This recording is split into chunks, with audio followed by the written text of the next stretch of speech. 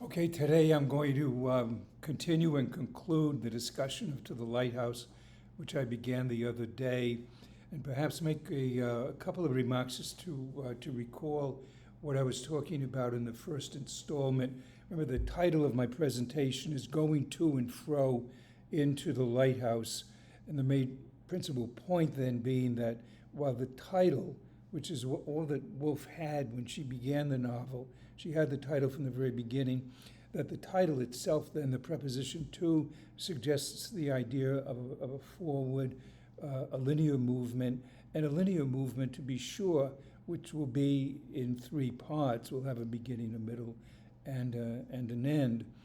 And then in contrast to that, we have the phrase, the adverbial phrase, to and fro, which suggests a movement going back and forth, much like, and I did mention this, much like the rhythmical back and forth movement of the waves that Woolf herself described, described as her first memory, as an ecstatic moment in which she hears the waves breaking, 1, 2, 1, 2, 1, 2.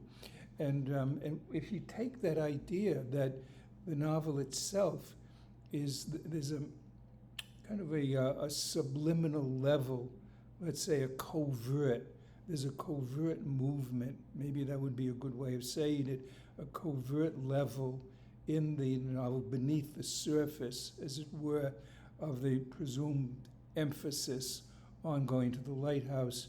You have the back and forth movement between a the detail that caught my attention a couple of weeks ago, Mrs. Ramsay knitting at the very beginning, and at the beginning of part one, and Mr. Ramsay knotting and unknotting the shoelaces on Lily Briscoe's boots at the beginning of part three. Very, very tiny detail.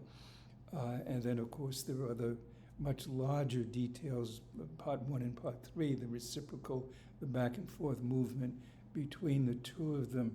Let me just point out to you, by the way, I hadn't thought to mention this, but if, again, as I say, I don't have a digital, I don't have the Stanford Digital Humanities Lab or whatever at my disposal, as some other literary critics do, but I do have my iPad, and on the iPad there is a Kindle app in which I use quite frequently in doing my own work.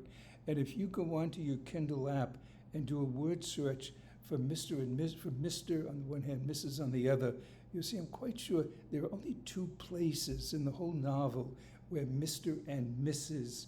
come together. On the other hand, there are hundreds and hundreds of mentions of either one or the other, but they're always separated. Sometimes they're a great distance indeed. And remember, in the third part, Mrs. Ramsay has died already in the second part. So whenever there's a reference to Mr. Ramsay, that's someone who's actually present there, is alive in the present moment of the novel, while Mrs. Ramsay, of course, is remembered in her absence. But the point that I make in the essay that I wrote, I think I mentioned there's an essay that's coming out in Bucharest in a couple of months, that whenever you see, say, Mr. Ramsay or Mrs. Ramsay, quite distant from each other in separation, you join them together. You recognize immediately, oh yeah, right, they're, my Igbo proverb, if one thing is standing, another thing has to be standing beside it. They always put Mr. and Mrs. together, unlike knitting and knotting, unlike whole host of other details that you'll find. Rather than elaborating on them myself, I just encourage you, once it's been pointed out that 1-2-1-2 principle is operating throughout the novel from the beginning to the end. Shall I jump ahead to the end? Maybe so, and to point out the balancing relationship between the beginning and the end. At the very end of the novel, and remember, throughout part three, we're continuously going back and forth between Lily Briscoe on the beach doing her painting and the Ramseys, the two children, Mr. Ramsey, McAllister, the fisherman, and his son in the boat on their way to the lighthouse. I find it fascinating the way in which Woolf creates a double ending for the novel. You would think that the ending would be, maybe I said this in the first installment, you think that they would be received, the Ramseys would be received by the lighthouse keeper and his son, and they would sit them down and have tea and scones and so on. But no, not at all. She arranges, rather than that simple ending, she arranges a double ending. Mr. Ramsey, when the boat arrives at the rock where the lighthouse is, he leaps like a young man onto the rock, holding a parcel, by the way. He's holding a parcel, and he leaps like a young man down onto the rock. Lily Briscoe, that's the end of be chapter 12, the very end of chapter 12, the end of chapter 13. It's only a page or so. Lily Briscoe, what does she do? A downward movement? Oh yeah, she puts her brush down, and in utter fatigue, something like this. So that lovely contrast again, bilateral contrast between the remarkable energy of Mr. Ramsey and the utter fatigue of Lily Briscoe. Maybe just to go on a bit and to mention. I will go back to this for a moment. I use the word cleavage towards the end of my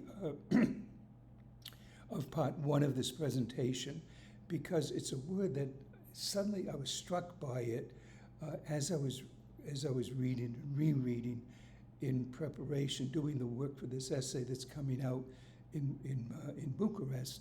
I noticed the presence of that word, and I don't think I would have noticed it in the novel itself. Let me just show you for a moment. I'll hold up in this edition, if you can see. Those are, why can't I get the page? There we go. Okay, well, you can see well enough, I think, that those are Woolf's preliminary notes, and there's the diagram of the two boxes joined by, two blocks, I think she says, two blocks joined by a corridor that I mentioned, and then all these little fragmentary notes. And in one of them, she says, she mentions, the great, I'll just quote it for you, the great cleavages into which the human race is split. The great cleavages into which the human race is split. And I suggested the idea then that word cleavage we could think of as a kind of purloined word, and all the chapters in all three volumes, I think, of the project that I'm working on have in their titles, say, a purloined word, what I call a purloined word following Poe, the purloined letter, so that it's a phrase, a word, an expression that appears, but that's kind of buried. It's there out in the open, but it's also buried. You never see it, and which I take then and put into the title, so calling attention to that word in a way that suggesting, as I had before, that purloined word, that hidden word, that overlooked word, the word that no one ever sees, really provides a key to the work itself.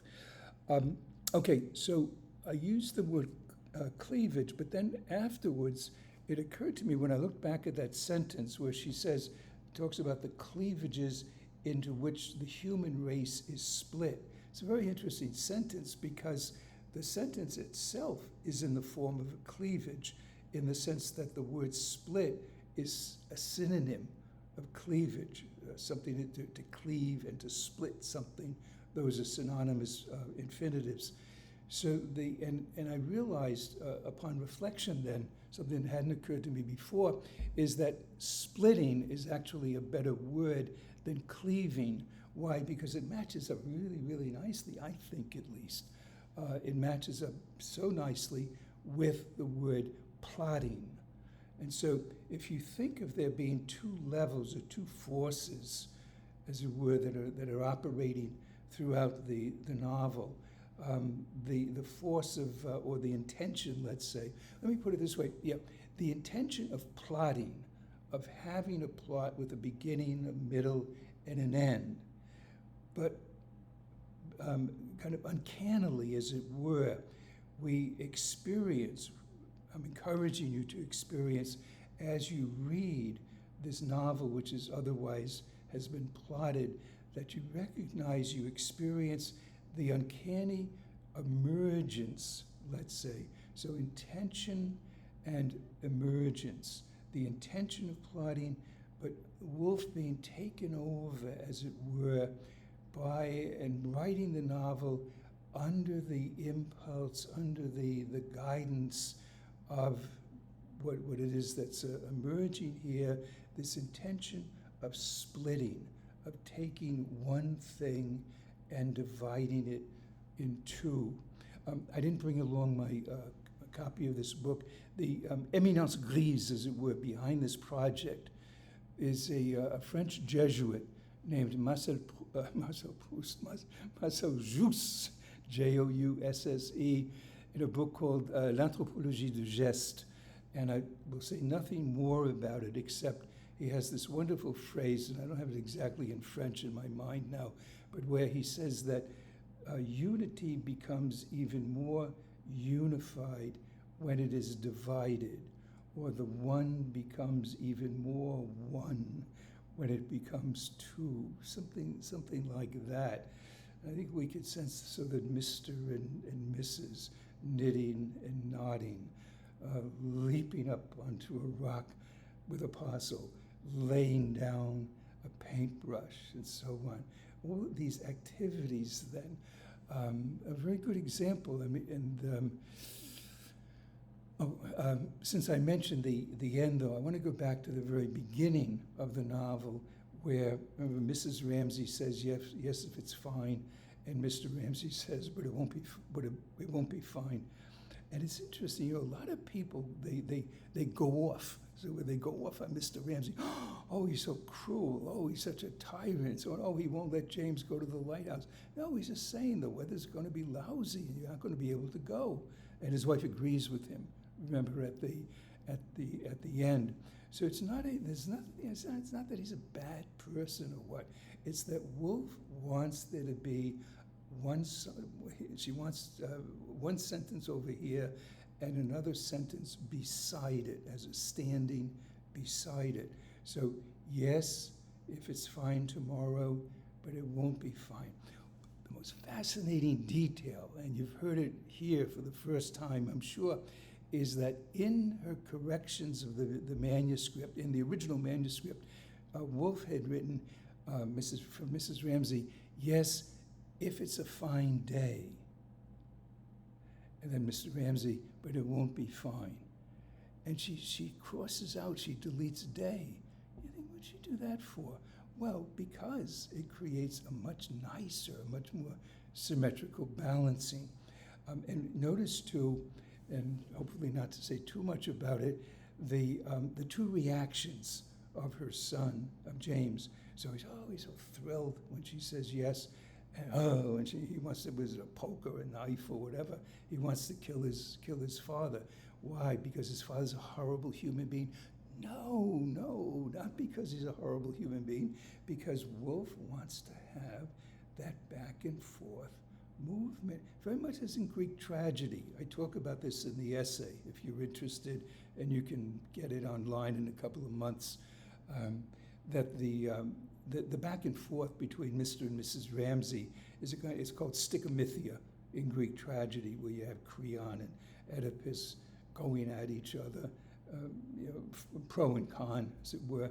And then you have the chorus, not fighting each other, but expressing with the strophe on the one hand, the antistrophe on the other. It's very, very much, Woolf is not only recreating the 1-2 of the waves that she heard in that ecstatic moment, she's also recreating the form of Greek tragedy.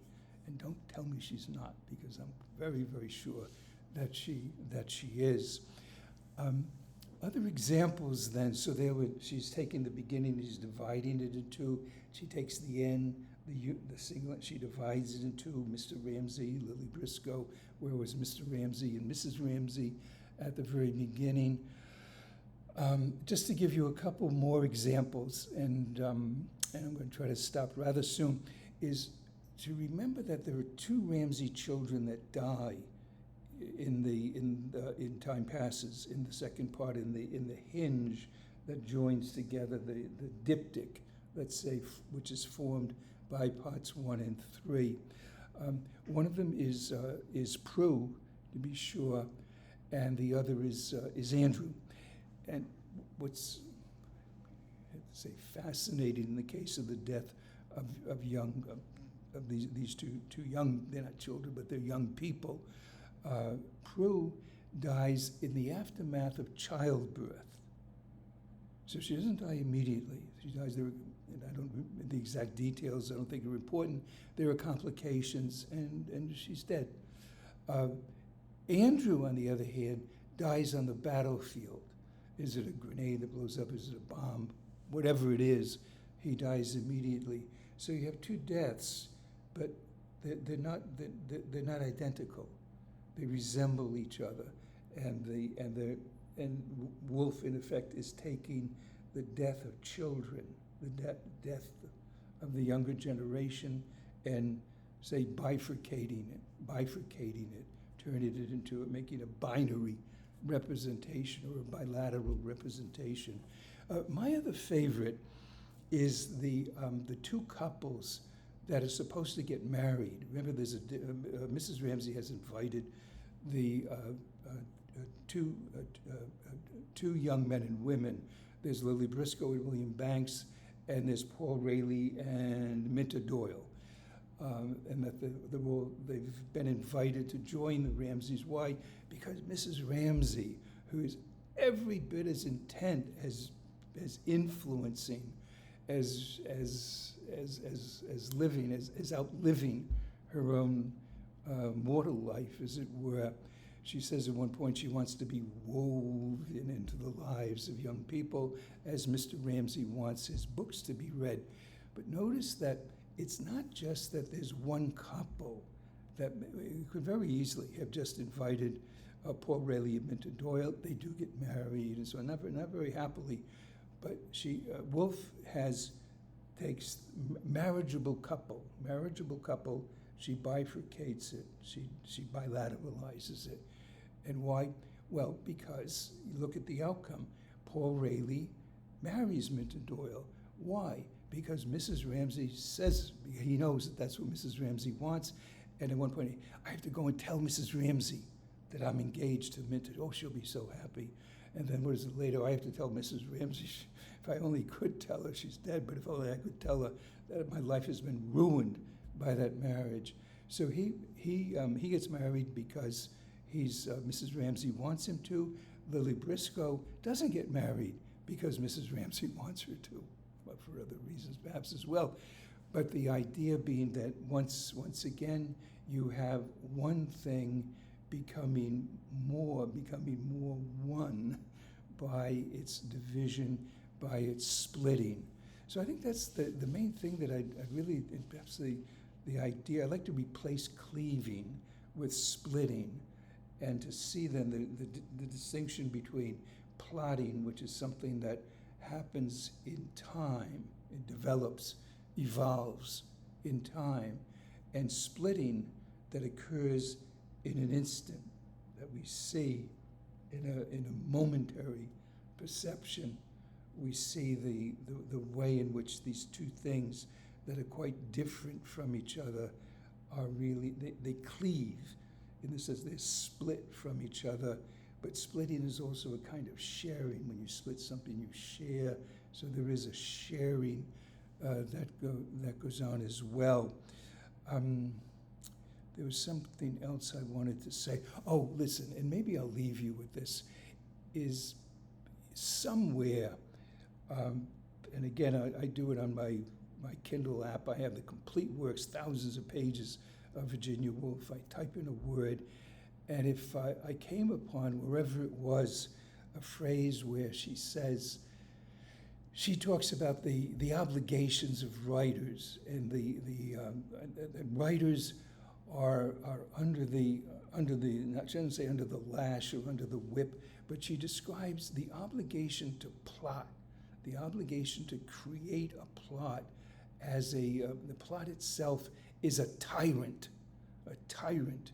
And remember in the novel, James accuses his father of being a tyrant.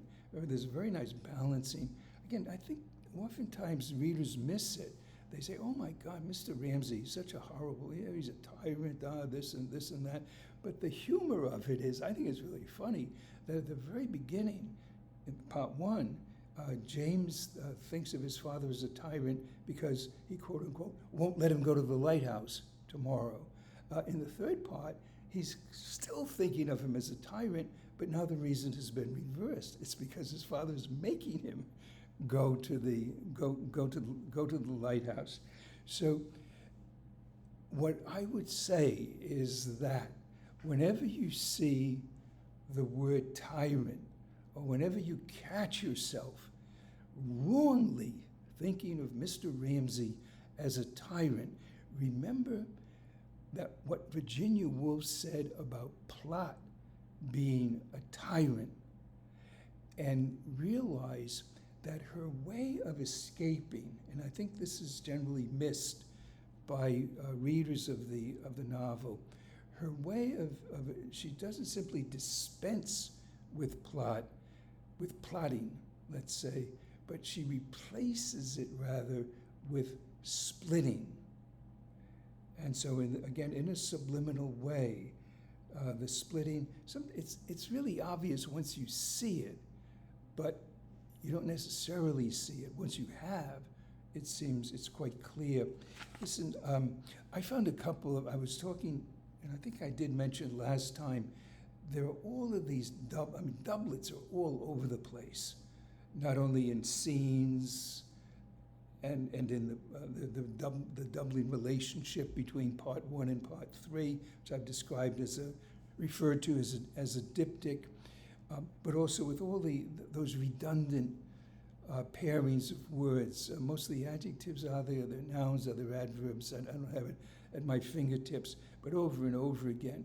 If you were, if you had your red pencil, this were students in a creative writing class, you just be getting rid of all these extra words that you don't need. But of course, she wants them because of the rhythmical effect that they create. What I found fascinating is that I didn't notice it until I was reading a quite brilliant article on a linguistic analysis of the novel by someone with a Chinese name, which unfortunately I can't recall right at the moment. It's a kind of a computer-assisted analysis. But he points out that there are all of these triplets. And what's fascinating, I think, is that, well, a plot is in the form of a triplet. You have a beginning, a middle, and an end. But here, and I'll give you just two examples of triplets in which you recognize right away, it's not a beginning, a middle, and an end. It's not movement, but rather an effect of stasis, which is created. So there are two of them, did I say? In the first of them, and I'm quoting, nothing stirred, okay? So the verb itself suggests nothing's happening, there's no movement. Nothing stirred in the drawing room, or in the dining room, or on the staircase. So in the drawing room, or in the dining room, or on the staircase, no sense of movement at all. You have the triptych, you have the three parts, as it were, of the phrase, but which create an effect rather of stasis. I'm going to pause for a moment, a little parenthetical remark, but it might be among the more interesting things that one can notice. One of the titles that I had for the essay that I wrote for this publication in Bucharest was Going to the Platform into the Lighthouse. Very few readers would catch right away what I had in mind. Again, if you do a word search, you'll see Woolf says, Mrs. Ramsay, it's early on, it's page 55 in the copy that I have. Mrs. Ramsay would like to ascend to a platform. She doesn't care. I don't even know if she ever goes to the Lighthouse, ever did go to the Lighthouse in the past, but she wants to go up to a platform, and a platform where everything is peaceful, where she puts behind her, she puts behind her the stir, is the word that's used. So here, nothing stirred. She puts all the stir behind her and finds rest. And if Woolf is up there, I'm sure she would be so delighted to overhear me saying to you, to point out to you, that isn't nothing called anagrams where you switch the letters around? You look at the word stir and look at the word rest. They're antonyms, right? Yeah, but are they anagrams? Is that it? You just switch the letters around a little bit, change the E to an I, and one word becomes the other. So yeah. Oh, and so it is that idea that while superficially what we notice is this movement, this three-part movement to the lighthouse, that more importantly, it's that transformation of stir into rest. Okay, enough of that. The last one I'll give you, the second of the triplets, all ceased. I hadn't really thought of it until I just read it now. But nothing stirred, all ceased. So all ceased together, gathered together, and sighed together. Which reminds me, I had all these different titles for the essay that finally became something else. I won't say what it became, but one of my alternative titles was Gathering Together. So you have the two in the word together. So rather than going in a direction, you have a joining together, a unifying of quite different things, a making of things standing beside one another. Okay, hope that's been. I hope you've found this as interesting as I have, and with that, I will say goodbye to you.